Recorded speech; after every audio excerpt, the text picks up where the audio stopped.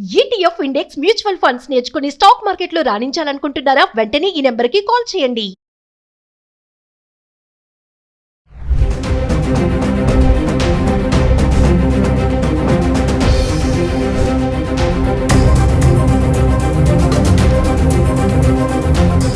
Sir నమస్కారం sir. Sir ఈరోజు చూసుకుంటే చాలా విషాద సంఘటన ఒకటి చోటు చేసుకుంది. అహ్మదాబాద్ నుంచెల్లి లండన్‌కి వెళ్ళే ఫ్లైటు టేక్ ఆఫ్ అయిన ఒక 5 మినిట్స్‌లోనే క్రాష్ అయిపోవడం జరిగింది. దానివల్ల చాలా ప్రాణ నష్టం కూడా చోటు చేసుకుంది. అసలు ఈ సంగతిని మనం ఎలా తీసుకోవచ్చంటారు? ఫస్ట్ ఆఫ్ ఆల్ సంగీత గారు ఇవాళ రోజు ఇది ఏదైతే జరిగిందో, ఇది ఎయిర్ ఇండియా ఫ్లైట్ ఏదైతే అహ్మదాబాద్, గుజరాత్ నుంచి స్టార్ట్ అయిన ఒక 5 నిమిషాలకే క్రాష్ అయిపోయిందో అది చాలా బాధాకరం. అందులో ముఖ్యంగా ఇప్పుడు మనకు తెలుస్తున్న న్యూస్ ఏంటంటే అందులో మొత్తం 242 ప్యాసింజర్స్ ఉన్నారు. ఇంక్లూడింగ్ పైలట్ అండ్ స్టాఫ్ అందరూ కలిపి క్యాబిన్ క్రూతో కలిపి అందరూ 242 మంది ఉన్నారు. సో, వాళ్ళందరి పరిస్థితి ఏంటో ఇంకా తెలీదు మనకి. అంటే ఎంతమంది చనిపోయారు, క్యాజువాలిటీస్ ఎంతమంది సివియర్‌గా ఇంజ్యూర్ అయ్యారు, ఇవన్నీ తెలియాల్సింది ఉంది.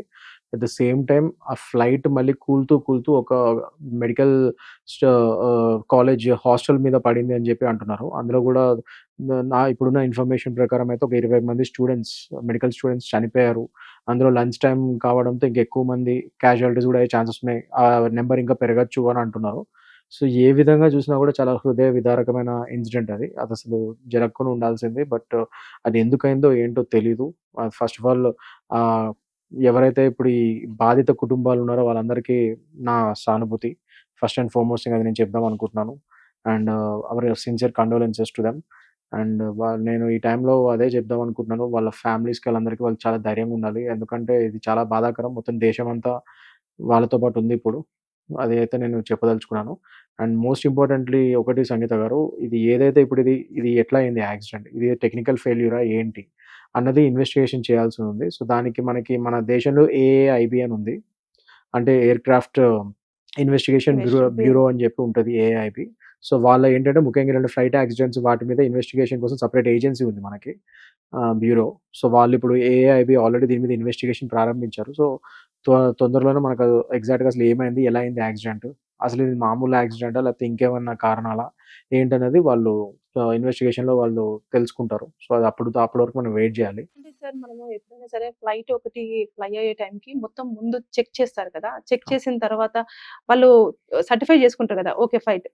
ఈ ఫ్లైట్ ఖచ్చితంగా మనం ఇప్పుడు తీయొచ్చు. దీనితోని మనకెలాంటి ప్రాబ్లమ్ లేదనుకున్నాకనే కదా! అన్ని చెక్ చేసిన తర్వాతనే మనకి ఫ్లై అయిన ఒక 5 మినిట్స్‌లోనే అంత ఇదిగా అయింది అనంటే అక్కడ చెకింగ్ సరిగ్గా జరగలేదంటారా? ఎగ్జాక్ట్‌లీ. దాని మీదే ఇప్పుడు ఇవాళ రోజు ఏఐబీ వారు ఇన్వెస్టిగేషన్ చేసి అసలు నిజంగా ఏమైంది? నిజంగా టెక్నికల్ ఫెయిల్యూర్ అయితే జనరల్లీ మీరన్నట్టు అన్ని ఫ్లైట్స్ చెక్ చేసిన తర్వాతే ఆ టేక్ ఆఫ్‌కి రెడీ టేక్ ఆఫ్‌కి అయితాయి. రెడీ అవుతాయి. They have to give the certain certification. ఆ ఇంజినీర్ గాని, వాళ్ళు గాని వీళ్ళందరూ చెక్ చేసి అదంతా ఓకే అంటేనే అవి టేక్ ఆఫ్ అయితది.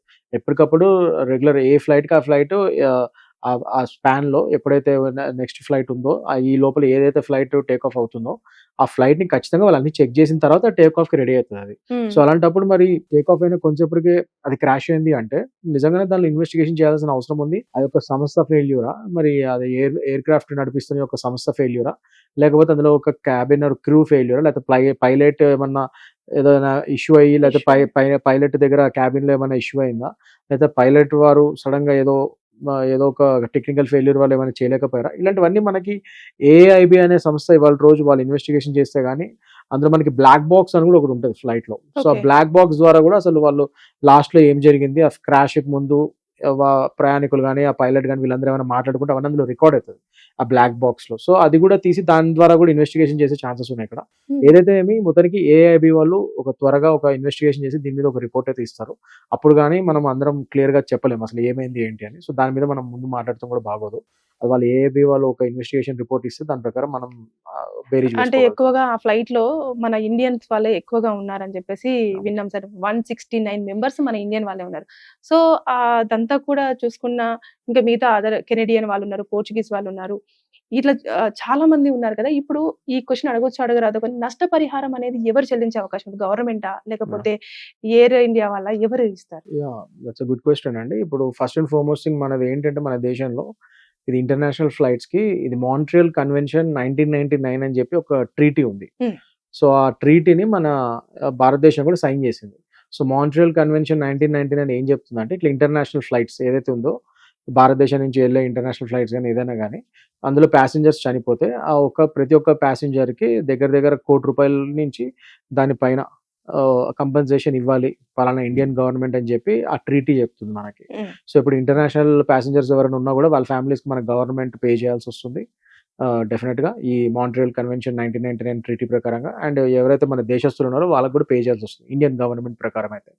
ఆ ట్రీటీలో మనం కూడా భాగస్థులం కాబట్టి ఇండియా, సో డెఫినెట్గా నష్టపరిహారం ఇవ్వాల్సి వస్తుంది. అది వన్స్ ఇయర్ ఎవ్రీ ఫ్యామిలీకి ఒక్కొక్క ఫ్యామిలీకి ఒక్కొక్క ప్యాసింజర్కి సో 1 CR నుంచి దానిపైన కూడా ఇంకా ఎక్కువ అవ్వచ్చు కూడా. అంటే ఇందులో మళ్ళీ మనకి చాలా ఫ్యాక్టర్స్ బేరీజ్ వేసుకోవాలి. అంటే కస్టమర్ క్లయింట్ ఎవరైతే కస్టమర్ చనిపోయారో అతని ఏజ్, అతని రిటైర్మెంట్ అయిన యంగ్ అతన ఏంటి ఆయన ఎడ్యుకేషన్ క్వాలిఫికేషన్ నుంచి అన్ని ఫ్యాక్టర్స్ ని బేరీజ్ వేసుకొని అతని ఇన్కమ్ ఎంత ఉండేది ఏంటి దాని ప్రకారం కూడా కంపెన్సేషన్ పెరగచ్చు, ఇంకా అవి కూడా చేయొచ్చు, అంటే తగ్గచ్చు కూడా. ఒకే ఫ్యామిలీ నుంచి ఒక్కొక్కసారి ఒకరు కాకుండా 2-3 ఉంటారు, వాళ్ళకి కూడా అంటే ఫ్యామిలీలో ఎంత మంది చనిపోయినా ఇస్తారా? ఒక ఫ్యామిలీలో ఒక్కరిని మాత్రమే చూస్ పర్ చేస్తారు? హెడ్ అది పర్ పర్సన్ అది. So Hmm. ఎంతమంది చనిపోతే అంతమంది ప్రకారం కంపెన్సేషన్ ఉంటుంది. Hmm. సో ఇలా చాలా ఫ్యాక్టర్స్ ఉంటాయి. నేను చెప్పినట్టు ఎడ్యుకేషన్ క్వాలిఫికేషన్స్, వాళ్ళ ఏజ్ అవి కూడా బేరీజ్ వేసుకొని దాని ప్రకారం కూడా కంపెన్సేషన్ పెరగచ్చు, తగ్గచ్చు, అదొకటి. Hmm. ఇంకోటి ఇప్పుడు ఏదైతే సంస్థ ఇప్పుడు ఫర్ ఎగ్జాంపుల్ ఇది ఎయిర్ ఇండియా ఫ్లైట్ కాబట్టి ఎయిర్ ఇండియా వారిది కూడా ఇక్కడ లయబిలిటీ ఉంటుంది. ఒకవేళ వాళ్ళ టెక్నికల్, ఎందుకంటే వాళ్ళ ఫ్లైట్, సో వాళ్ళ టెక్నికల్ ఫెయిల్యూర్ వల్ల అది క్రాష్ అయింది కాబట్టి డెఫినెట్ గా ఇక్కడ ఎయిర్ ఇండియా కూడా డెఫినెట్ గా they have to also compensate along with the government, అదొకటి. అండ్ ఇంకోటి ఏంటంటే సంగీత గారు ఇక్కడ ఇన్సూరెన్స్ కూడా ఒకటి ఉంటుంది. Hmm. ఇన్సూరెన్స్, ట్రావెల్ ఇన్సూరెన్స్ అని ఉంటుంది. వాళ్ళ రోజు ఏంటంటే ప్రతి చోట మీరు ట్రైన్ కానీ ఫ్లైట్స్ కానీ ఏది బుక్ చేసుకున్నా ఈ ట్రావెల్ ఇన్సూరెన్సెస్ కూడా అడుగుతున్నారు వాళ్ళు టికెట్ బుక్ చేసుకున్నప్పుడు. సో ఇట్స్ బెటర్ మీరు ఆ ట్రావెల్ ఇన్సూరెన్స్ కూడా తీసుకుంటే సో డెఫినెట్ గా ఇన్సూరెన్స్ కంపెనీ కూడా ఈ అదనపు ఈ కంపెన్సేషన్ తో పాటు ఇన్సూరెన్స్ కూడా కంపెన్సేషన్ పే చేయాల్సి ఉంటుంది అప్పుడు ట్రావెల్ ఇన్సూరెన్స్ ఉంటే మనకి. సో ట్రావెల్ ఇన్సూరెన్స్ ప్రకారంగా ఆ ఇన్సూరెన్స్ వాళ్ళు సేమ్ ఇదే నేను చెప్పిన ఫ్యాక్టర్స్ ప్రకారం బేరీజ్ వేసుకొని ఏ విధంగా చనిపోయారు ఏంటి చూసుకొని దాని ప్రకారం ఆ ఇన్సూరెన్స్ కవరేజ్ కూడా అవుతుంది వాళ్ళకి ఫ్యామిలీ. ఓకే, ఇప్పుడు మనకు ఫ్లైట్ లో ఉన్న 242 మెంబర్స్ గురించి మీరు క్లారిటీ ఇచ్చారు. అలాగే ఇప్పుడు మెడికల్ ఏదైతే స్టూడెంట్ హాస్టల్స్ ఉన్నాయో దాంట్లో 20 మెంబర్స్ అన్నారు. ఇంకా ఎక్కువగా కూడా మనకు అది క్లారిటీగా నెంబర్ కూడా ఇప్పటి వరకు ఎక్స్పోజ్ అవ్వలేదు. సో అలా వాళ్ళకు కూడా నష్టపరిహారం చెల్లించాలా? బిల్డింగ్ కానివ్వండి ఇవంతా ఉంటుంది కదా, దాన్ని ఎట్లా తీసుకోవాలి? డెఫినెట్లీ అండి, వాళ్ళు దానికి కూడా ఖచ్చితంగా నష్టపరిహారం చెల్లించాలి. ఐదర్ గవర్నమెంట్ కూడా ఎక్స్గ్రేషియా వాళ్ళకి ప్రకటించాలి ఫస్ట్ అండ్ ఫార్మోస్ట్, అది మన నైతిక బాధ్యత.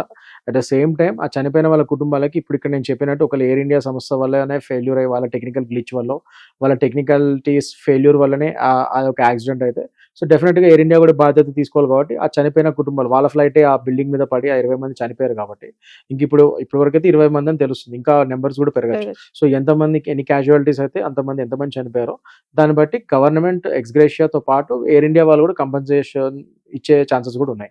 సో ఇవన్నీ ఏంటంటే ఫ్యూచర్ లో మనకి ఇప్పుడు ఏంటంటే ఇప్పుడే అయింది కాబట్టి accident based on the AIB report, ఈ ఎయిర్ క్రాఫ్ట్ ఇన్వెస్టిగేషన్ బ్యూరో వాళ్ళ రిపోర్ట్ ఇన్వెస్టిగేషన్ నడుస్తుంది కాబట్టి వాళ్ళ ఇన్వెస్టిగేషన్ ఏదైతే రిపోర్ట్ ఇస్తారో ఆ రిపోర్ట్ బట్టి అసలు కంపెన్సేషన్ అసలు ఎవరు లయబుల్ ఏంటి అన్నది దాని ప్రకారం క్లియారిటీగా మనకు తెలుస్తుంది. నాకు తెలిసినంత వరకు అయితే ఇప్పుడు ఈ ఓవరాల్ గా బర్డ్స్ ఐ వ్యూలో ఇప్పుడు మనం చూస్తున్న ప్రకారం అయితే మాత్రం డెఫినెట్ గా ఫ్లైట్ క్రాష్ అవడం వల్ల చాలా మంది చనిపోయారు కాబట్టి ఎయిర్ ఇండియా వాళ్ళు కంపెన్సేట్ చేయాలి. అండ్ మన మాంట్రియల్ కన్వెన్షన్ 1999 ట్రీటీ ప్రకారం ఎక్స్గ్రేషియా ఇవ్వాల్సి వస్తుంది. అట్ ద సేమ్ టైం నేను చెప్పినట్టుగా మాంట్రియల్ కన్వెన్షన్ 1999 ప్రకారం ఇండియన్ గవర్నమెంట్ కంపెన్సేషన్ ఇవ్వాల్సి వస్తుంది.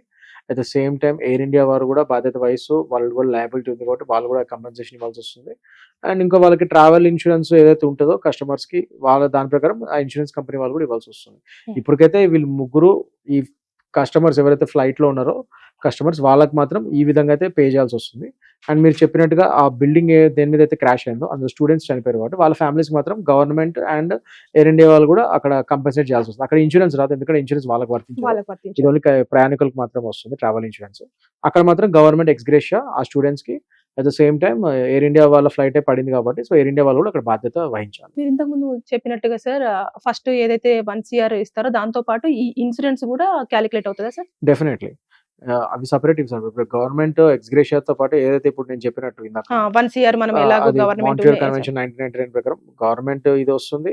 ప్లస్ ఒకవేళ ఇక్కడ ఖచ్చితంగా ఎయిర్ ఇండియా వాళ్ళ ఒక బాధ్యత వహిస్తూ వాళ్ళ ఫెయిల్యూర్ వల్ల ఇదంతా అయింది అని ఏమన్నా నిర్ధారితమైన రిపోర్ట్ ఇస్తే AIB వాళ్ళు సో దాని ప్రకారంగా మళ్ళీ వీళ్ళు కూడా డబ్బులు ఇవ్వాల్సి వస్తుంది, ఎయిర్ ఇండియా వాళ్ళు ఆ ప్రయాణికులకి, అది కూడా అదనంగా వస్తుంది.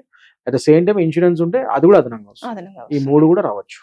ఇక్కడ ఏమైనా మనకు లీగల్ గా ఎవరైనా చనిపోయిన వాళ్ళ బాధితులకు సంబంధించిన వాళ్ళు లీగల్ గా ప్రొసీడ్ అయితేనే డబ్బులు వస్తాయి అంటారా, లేదంటే ఇది నార్మల్ గా గవర్నమెంట్ ఖచ్చితంగా ఇనిషియేట్ తీసుకొని చేయాల్సిన పని అంటారా? జనరల్లీ ఇది గవర్నమెంట్ ఇనిషియేట్ తీసుకొని చేయాల్సిన పని.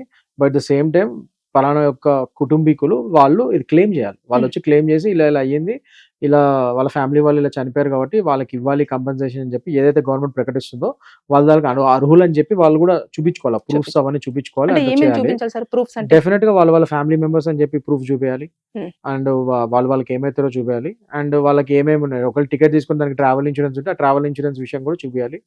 ప్లస్ ముఖ్యంగా ఇక్కడ గవర్నమెంట్ పరంగా అయితే వాళ్ళకి government ex gratia and air India ఏదైతే ప్రకటిస్తుందో అవన్నీ వాళ్ళకి వచ్చే విధంగా ఈ ప్రూఫ్ చూస్తే సరిపోతుంది.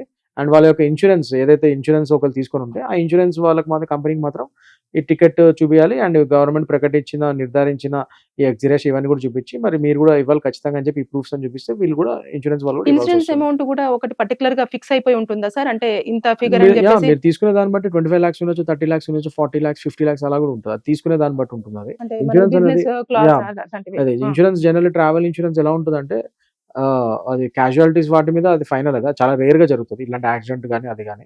సో అందులో ఒకవేళ చనిపోతే మాత్రం 50 lakhs నుంచి పైన వరకు కూడా వచ్చే ఛాన్సెస్ ఉంటుంది ఇన్సూరెన్స్. Hmm. మామూలుగా ఇన్సూరెన్స్ ఎందుకు తీసుకుంటాం అంటే ఈ లగేజ్ పోవడాలు, Hmm. లగేజ్ మిస్ అవ్వడాలు, Hmm.